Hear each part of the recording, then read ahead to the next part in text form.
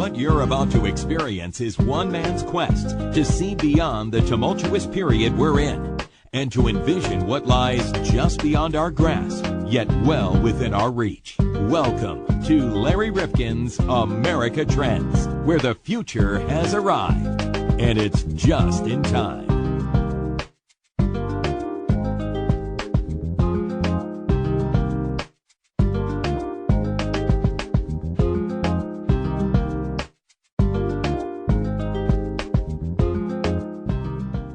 Welcome back to America Trends. Larry Rifkin and John Kropsic. And John, the fifth domain, not to be confused with that group that sang Up, Up, and Away. Oh, yeah, it's the fifth dimension. Ah, there you go. We don't want to confuse that. Though they're still out there. I just saw where they were playing in our area soon. So wow. The fifth dimension survives. No, we're talking about the fifth domain.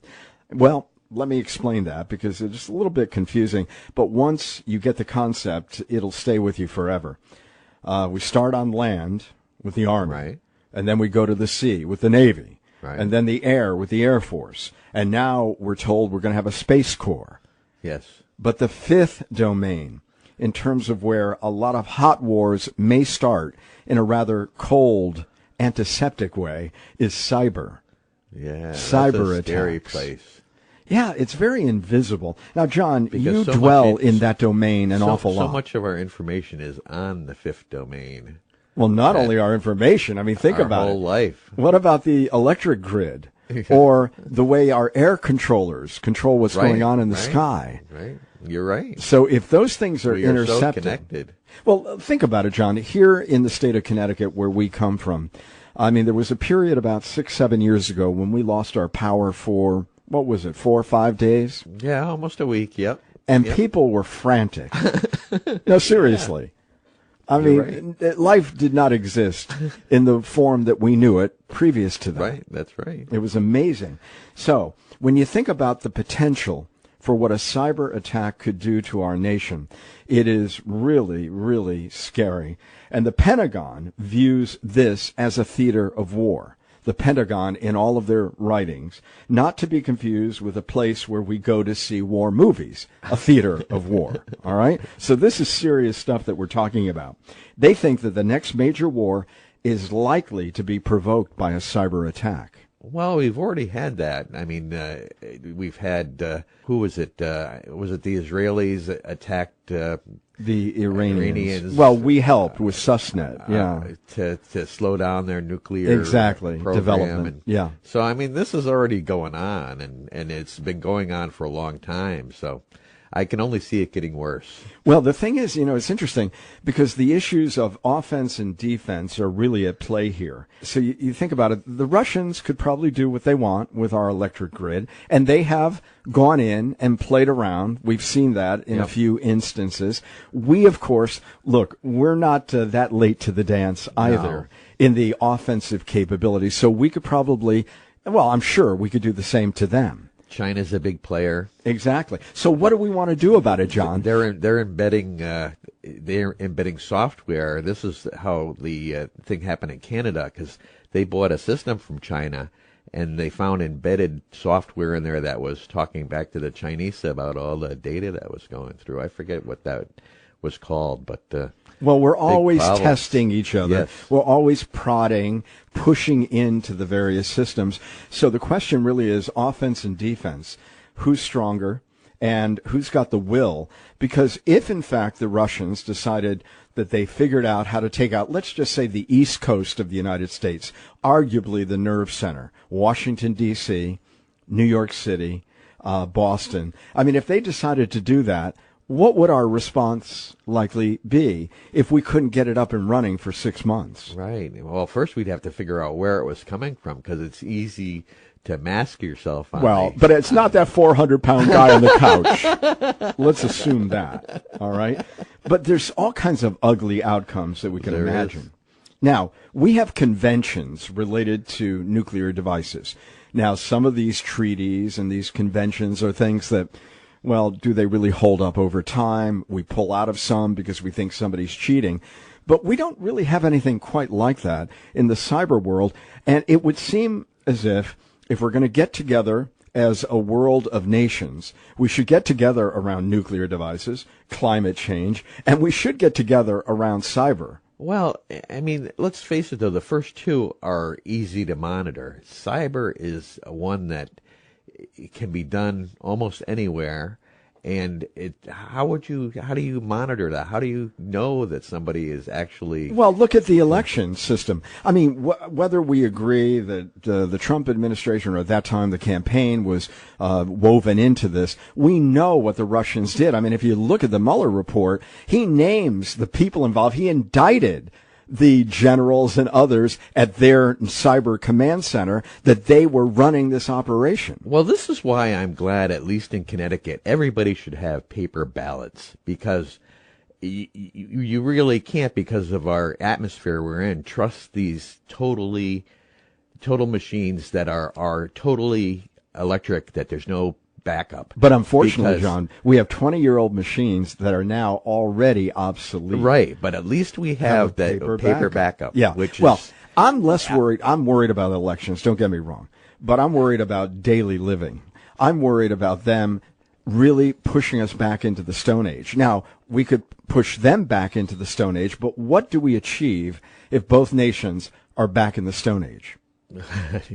Not much. Nothing. So we've got to become more cyber resilient, and we need more cooperation between private and public sectors. Now, don't forget, that's been an issue, too, because the private sector in America is pretty darn sophisticated, whether it's Silicon Valley and others. And how do we work together to avoid these types of crises that lead to the next hot war? And the big problem is our government is always much slower to come on board with new technology, because I think a lot of times they don't understand it. There's a lot of misunderstanding. They don't. So to come up with laws and stuff that start protecting us takes a long time. Well, I'll tell you, we're so lucky on the podcast today. There's a new book by Richard A. Clarke. Now, Richard A. Clarke is one of the leading experts on security, cyberspace, terrorism, and he served in the U.S. government for 30 years, including as White House counterterrorism coordinator under Bill Clinton and George W. Bush, and Robert Knake. And Robert is with us on the podcast. He's a senior fellow at the Council on Foreign Relations. And together they have worked on this book called The Fifth Domain, defending our country, our companies, and ourselves in the age of cyber threats. Nobody better than this. That's the kind of guest that we are so proud to bring you. This is important information, too. Absolutely. Nobody's reporting on it. Here we are on America Trends. With me on the line is Robert Knake. He, along with Richard Clarke, have written a new book, The Fifth Domain, defending our country, our companies, and ourselves in the age of cyber threats. And, of course, you wrote the book about 10 years ago called Cyber War. And in it, you predicted that these threats would grow, involve the military and such. A lot of people at that time, Rob, didn't really understand what was transpiring here because it's hard to see. But you were right in so many ways. And what has evolved over the last 10 years to bring you to the point where you've written this new book, The Fifth Domain? So I think 2 points. One is that the threats have only gotten worse. Capabilities has spread from a couple actors, from the United States, from Russia, from China, to a second group of highly sophisticated actors, North Korea, Iran, and others, as well as the growth of a criminal capability that is almost as good as the best nation-state capabilities. So that's the threat front.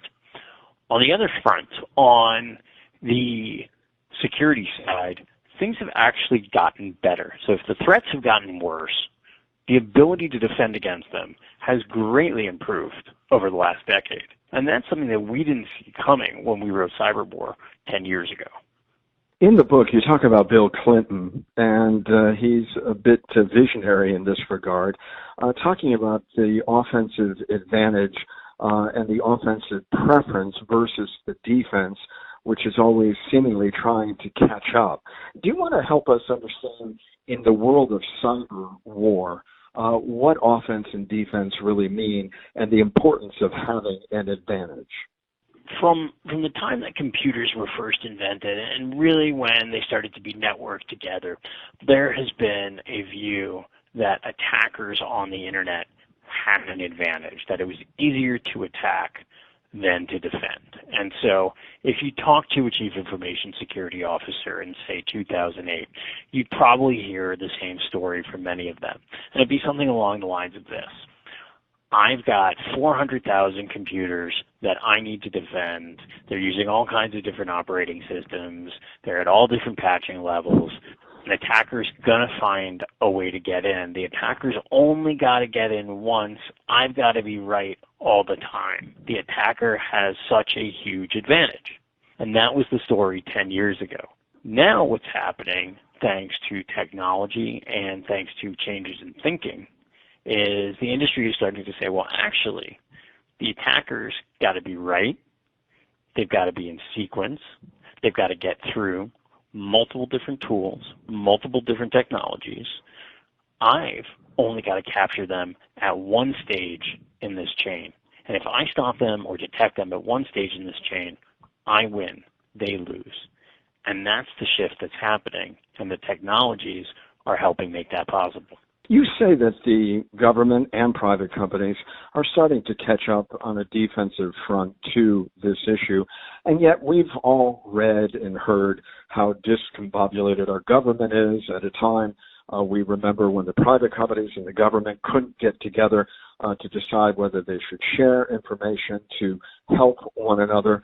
And so as we look at the dysfunction, particularly in Washington, why would we, the American public, believe that things are getting better when, in fact, today's the day when I think it's Experian, reminded us that they had lost or been hacked, and 150 million of us, our information went somewhere, and they are now being fined $700 million. So the public's perception of this problem is that it's affecting us personally, and that the government can't get out of its own way to even begin to deal with this.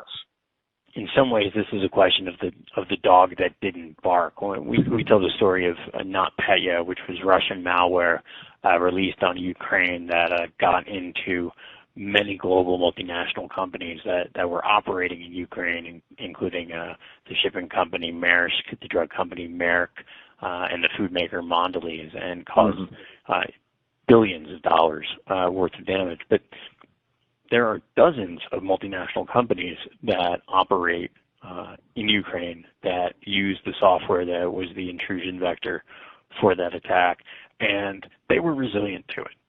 They managed their way through it. It didn't shut down production at those companies. And so those are the stories that we try and highlight in the book. 10 years ago, we didn't really have awareness of this kind of capability because we weren't very good at detecting it. Most companies couldn't tell if the Russians were in their network, or for that matter, whether the NSA were in their network. When we wrote Cyber War, we quoted a general in the U.S. intelligence community who said, we carry out X number of attacks every month. We never get caught. Well, no official at NSA could possibly make that claim today. Symantec, FireEye, CrowdStrike, these companies are making a cottage industry out of catching the best nation-state attackers in the world, day in and day out. And so that's the good news story. The bad news story is that so many of these companies aren't taking this threat seriously. We're saying it's possible. We think it's evidence. There's evidence out there that you can manage this threat. And yet a lot of companies, Equifax being a prime example, haven't been motivated to protect their data, to protect their systems in the way that they should. The book, The Fifth Domain, I think we should go back and explain what that means. It's a term coined by the military. Sure. So if you think from sort of the dawn of warfare on, right, warfare began on land. That's the first domain. Then it moved to sea. That's the second domain. Then it moved to air, the third domain, and then to space, the fourth domain. So the fifth domain is the Pentagon's term for cyberspace. And you say this is man-made. so man can control it. And yet, I don't know if there are any treaties in place looking for us and others to call a truce or to recognize the implications. For example, if we decided to take out the electrical grid in Russia and they decided to return the favor, I mean, we could both be blown back into the Stone Age. I mean, who would benefit from that? Well, maybe China. But the implications are so enormous when we think about it. Yeah, and so I think when we look at this issue, for much of the time that people have been wrestling with cybersecurity and cyber warfare, there's been this desire to go back to some form of Cold War stability, right? So the idea is, okay, how can we apply, say, containment or deterrence theory, the concepts that kept peace during the Cold War? How can we take those ideas and put them in place now? And when we look at cyber, we think that that's probably the wrong approach. When we look at Russia, we know, thanks to the Director of National Intelligence testimony from this winter, that the U.S. government is of the view that Russia is in our power grid and has the capability to take it down, at least locally and at least for short periods of time. We know that. We know, thanks to very purposeful press releases, that the U.S. government is inside Russia's power grid and probably has the capability to take that power grid down. The problem is Vladimir Putin does not care about the citizens in Moscow the same way that Donald Trump cares about the citizens in Washington, D.C. or New York City. When you're operating outside of a democracy with a threat like this, Putin, is not going to withhold using it because he's afraid of the consequences of blowback on his people, right? One of the things that we write in the book is that you have to remember that up to a quarter of Russian citizens don't have indoor plumbing. So turning out the power in Russia really isn't going to have that same impact that it would if you turned out the power in the United States. So you're taking a country that arguably doesn't have the military power and strength that we do and giving them something that puts them on par in terms of the impact that they could have on the average American citizen. Why hasn't he perhaps tested that? He certainly tested it in the course of our elections. So what we've seen is that he has tested his capability twice now in Ukraine in what to us look very much like test runs, right? There's no reason that if Russia wants to cause harm in Ukraine, they would use a cyber capability to do that. They practically own the country. So from that perspective, we see those two attacks as simply planning for an attack on the United States. What hasn't happened are the geopolitical circumstances in which Putin would calculate that that is in fact something he wants to do, that it makes sense to turn out the power in the United States.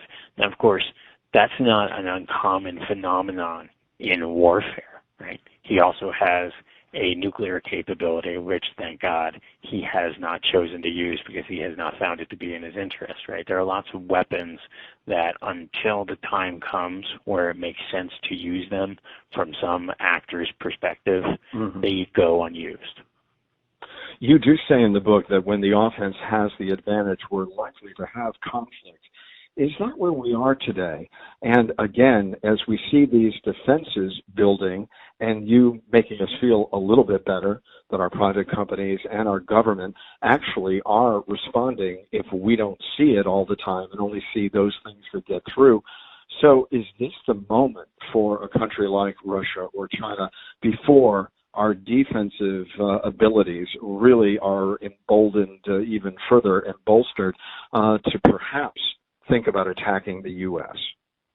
Right. So, this is the part of the book where we went from policy wonks to political scientists and really looked at the literature on what makes conflict more likely. And it turns out that if you want to predict whether or not war is likely to happen, the best way to do that is to understand this question of offense or defense. In periods where there's a perception that the offense has an advantage, it's more likely that you're going to end up in conflict. It's a very simple theory. It turns out to be a very predictive and a very accurate one. So from that sense, we're in a dangerous period right now because the perception is that offense has the advantage and that therefore is a first mover advantage, that if you're going to strike, you want to take out the power, you want to take out the internet, you want to cause harm while you can, and if you do that, you may be able to stop your adversary from doing the same thing to you. So it's a very unstable period. Our hope is that as defense improves, it will become recognized that it's actually not as easy as people think it is. It's not as effective as it currently is now, and will reach a period of much greater stability.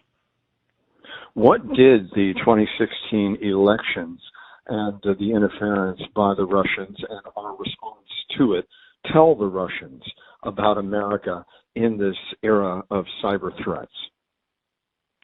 So I think that the thing that Russia really learned from it is we don't have good tools for deterring them, right? I spent a lot of time in the administration, in the Obama administration, focused on what we do about China's threat to the United States, which then was really about stealing intellectual property, stealing technology on the internet and giving it to Chinese national champion companies, right? So this economic espionage was the thing.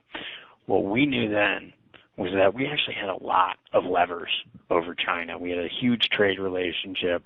We had common interests in the Pacific region. There were a lot of things on the agenda that China cared about, and there were a lot of things that we could threaten, including simply their claim to be a world leader, right? The more that we pressed on China by saying, hey, you want to say that you're a world leader and yet you're a kleptocracy, that had an effect. What I think Russia learned is we don't have that much leverage over them. And that's because they're a weak and diminishing power. That's because they don't have the traditional military capabilities. They don't have an economy that is appealing to U.S. multinationals. U.S. citizens don't want to buy Russian goods, maybe except for vodka, and Tito's is pretty good now. So from that perspective, we don't have a lot of leverage over the Russians. And I think that's one thing that they realized in this engagement. So right now it's about how do we figure out what are those kind of levers that we can have over Russia leading up to 2020 and beyond.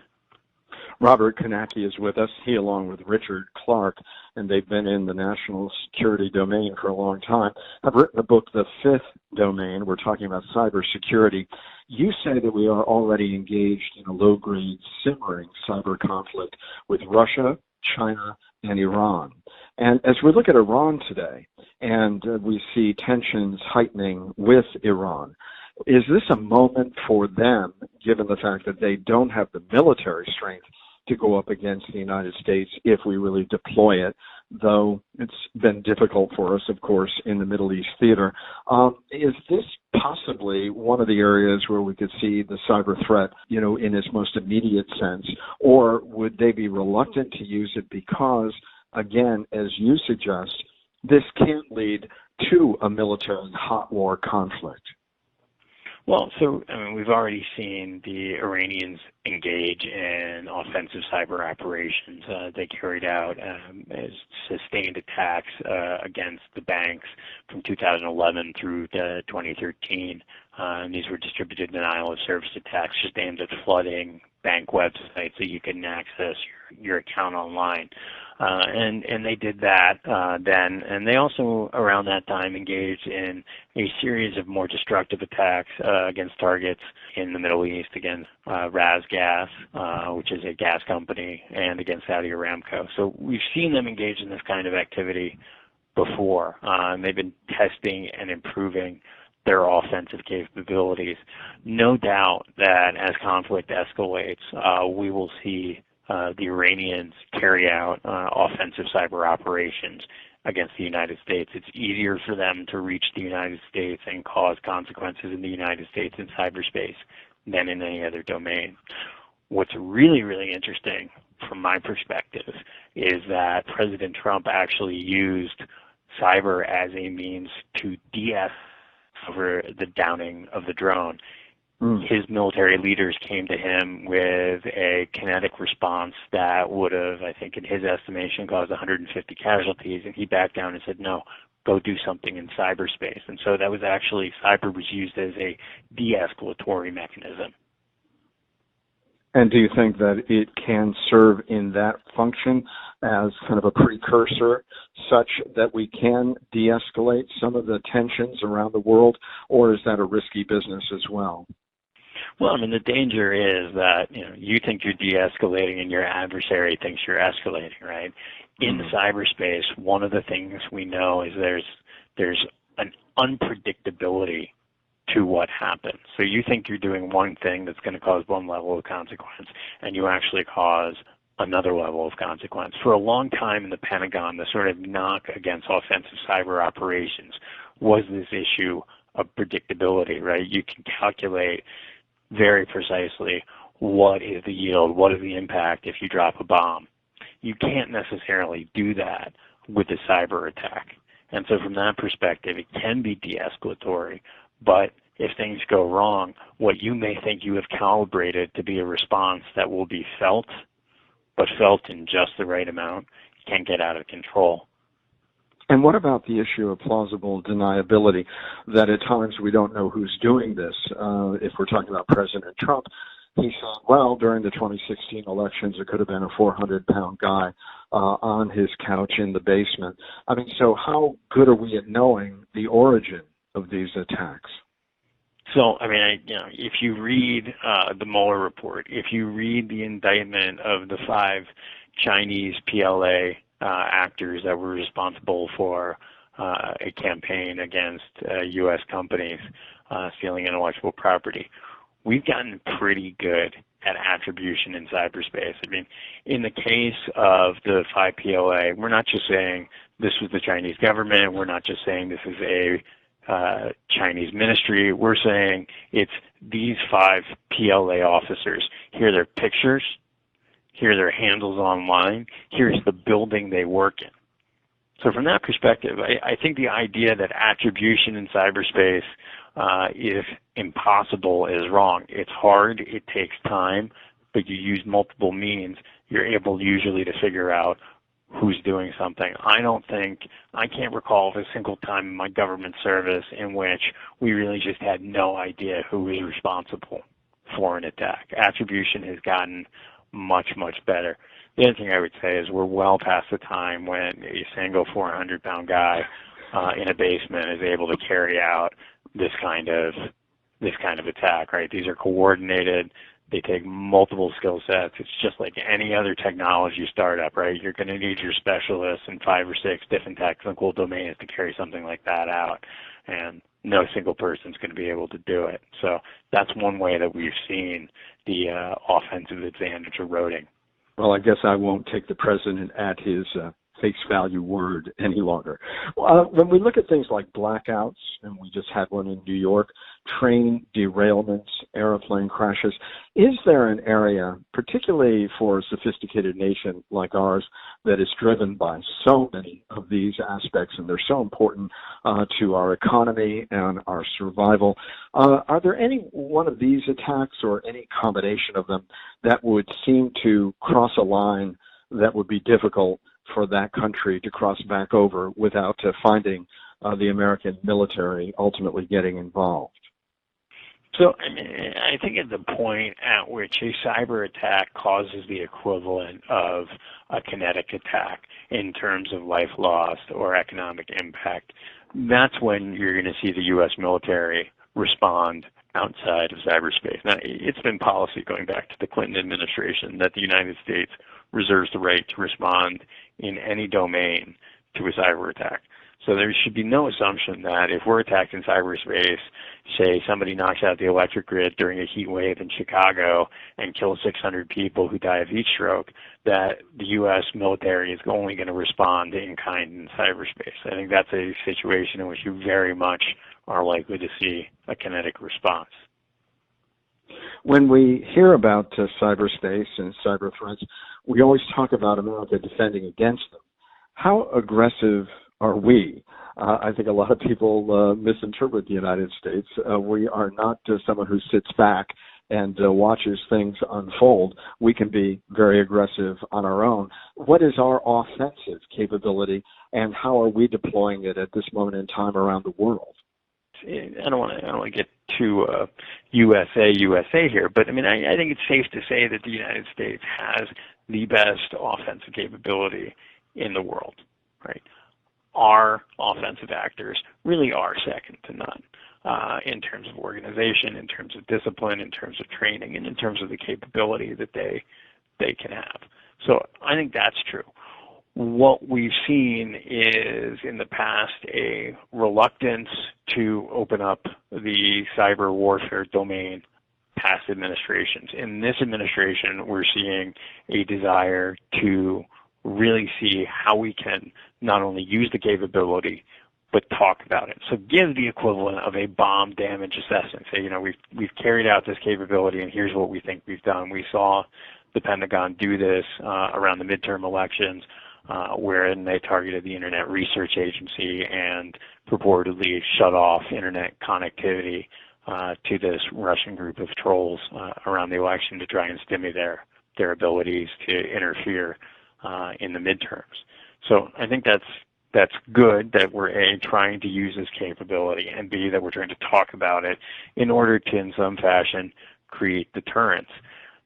In the long run, I think what we're finding from these experiences, and some of these experiences go back to the Obama administration, is the utility of offensive cyber operations for counter-offense is fairly limited.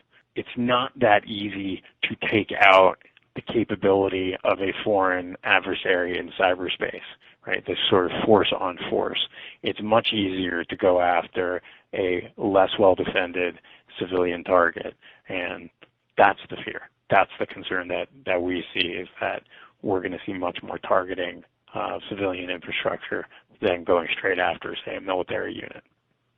You do say in the book that a cyber moonshot is somewhat silly. The whole idea that let's spend enough money and commit ourselves enough to making certain that we are never at the other end of an attack. Why is a moonshot idea not practical? Well, I mean, so the problem with this idea, it comes up in many forms, right? We need a cyber moonshot, or we need a cyber Manhattan Project. And what we say in the book is nobody has yet been able to define what's the target, right? So with the moonshot, we knew what the target was. It was to put a man on the moon. Well, what are you actually trying to do with cybersecurity? What is that goal that you have, right? What we talk about in the book is that cybersecurity is really a process of ongoing improvement, where you're always trying to get better, and you're trying to get your defenses better faster than the attacker gets their capabilities better and faster. And so from that perspective, you're never going to be done with cybersecurity. It's not like the Manhattan Project, where there's a physics equation that you just got to make tangible in the real world. That's not where we are in cybersecurity. And so what we say in the book is like, we know what the solutions look like. We know what secure is. We know what resilient is. We need to build towards that company by company, agency by agency, even down to the individual level. And so a lot of the book is about how do we get the incentives right to get private companies to make those investments. You also say that private companies oftentimes are incredulous that it's their responsibility to defend their companies against foreign adversaries. They think, isn't it the military's responsibility? And I know Richard Clarke, your co-author and a good friend, has designed this public-private partnership model. Put both of those issues in context for us. Sure. So, I mean, a lot of the time, I think this is a fairly standard response in boardrooms, right? The FBI will come knocking on a major bank's door and say, okay, the Russians are inside your network. Here's what we think they're going after. Here's the tactics and techniques they're using. Here's the indicators of compromise you can use to find them. Good luck.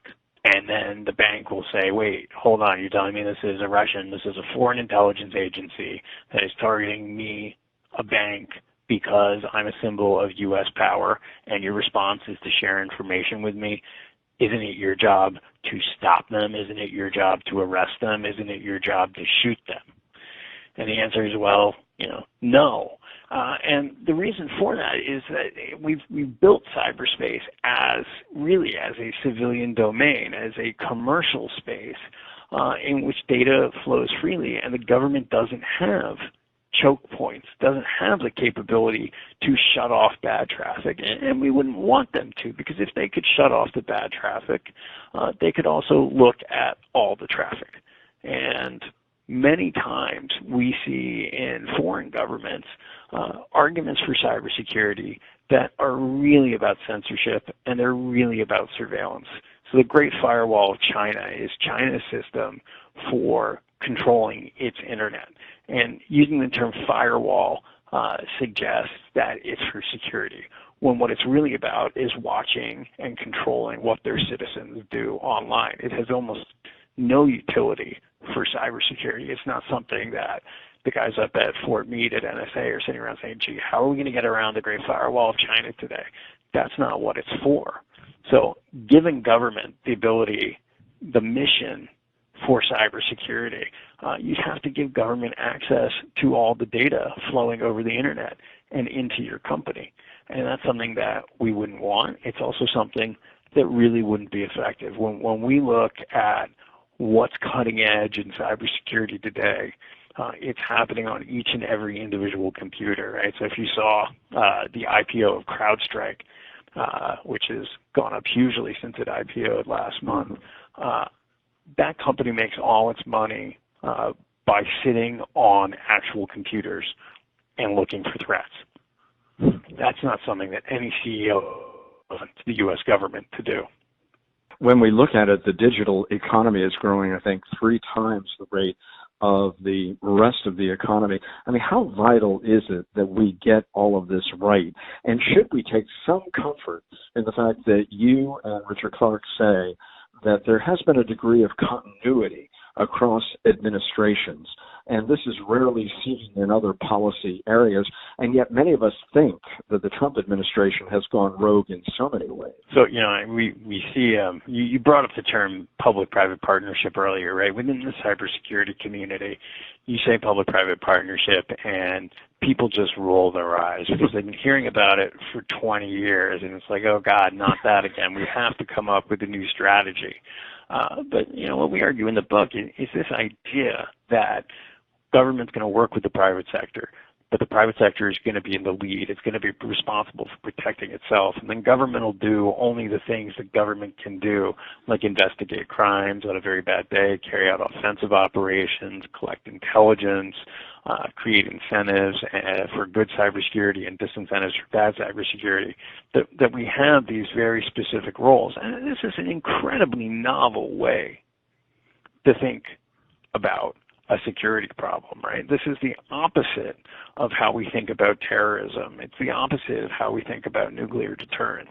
And yet it's really the only viable option. So, when we look at the growth of the digital economy, our view is if you take the value that we get from bringing systems online, from automation, you'll recognize how hugely valuable this has been to our economy. And all we need to do is plow back a small percentage of that value that we've gained into securing it. It's well worth it.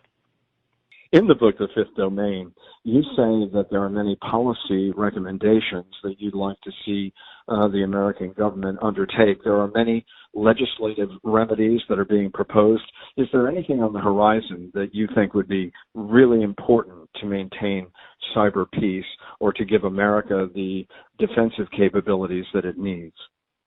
So, the most important thing is to get companies to value their own systems and then to protect them to an adequate level. So there's legislation on the Hill right now that would have companies that hold individual personal data have to place a value on that data, have to say, okay, we think this data is worth X billions of dollars. And that's the first step, because then when you do that, then you can say, okay, we know what it's worth. What are you spending to protect it? Do you have insurance policies that would pay out to those individual consumers the value that they're going to lose if their data is released onto the dark web? And if you had a system like that, then companies would be incentivized either to get rid of a lot of that data or alternatively to protect it. And so from that perspective, I think that's one of the more important ideas out there. On the international stage, we argue in the book that we need to start thinking about the global internet in a very different way. And this is absolute hypocrisy within the internet community. There was a belief that if you connected regimes like China, regimes like Russia to the global internet, that the openness would infect societies, that information would lead to freedom. And this was sort of the gospel of the early internet. That turns out obviously not to be the case. These regimes have become very good at controlling the internet, limiting access, and the internet, instead of becoming this beacon of freedom, has actually become the backbone for the surveillance states that we're seeing emerge.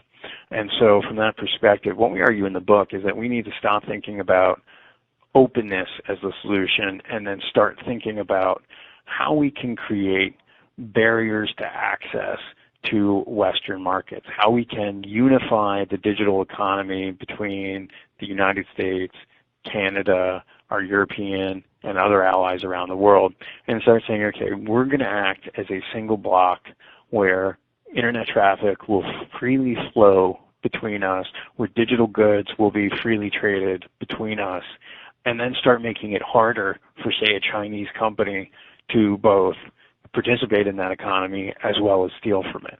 We think that's the shift that we need to see over the next decade, and the way we would do that really would be through trade as a mechanism to limit access to our digital markets. Do you think that some of the measures that are being undertaken by the Trump administration are in that direction and recognizing what it is that you're saying about what has happened with the internet? So, I think neither Dick nor I don't want to put words in his mouth, but I don't think either of us would argue with the decision on Huawei. It seems to be the right decision, right? And it's a pretty simple test in our mind that the Trump administration has devised, where they said, okay, is this a technology that represents a national security threat because it can give access to vital information, yes or no? If it can, okay, that's a problem. Then the second question is the company that provides the technology under the thumb of one of our adversaries, yes or no? And if the answer is yes, their argument is it's a national security threat and it should have extreme limitations put on it in terms of access to U.S. markets and certainly access to critical infrastructure and U.S. government systems. And so I think Huawei was the right call. I think Kaspersky, which was a Russian antivirus company that was banned from selling to the U.S. government, was the right call. The question is, what are we doing about the thousands of other technologies and dozens of other companies that pose similar threats? I don't think what we have now is a fully coherent, fully baked out strategy for dealing with these technologies and for the repercussions of trying to ban them. We're very dependent on a global supply chain to run our economy, and that introduces a series of threats and a series of problems that we really don't know how to address at this point. Robert Knake, along with Richard Clarke. The book is called The Fifth Domain, Defending Our Country, Our Companies, and Ourselves in the Age of Cyber Threats. Thank you so much, Robert, for joining us today on America Trends. My pleasure. Thank you. America Trends Podcast is part of the MHNR Network, mhnrnetwork.com.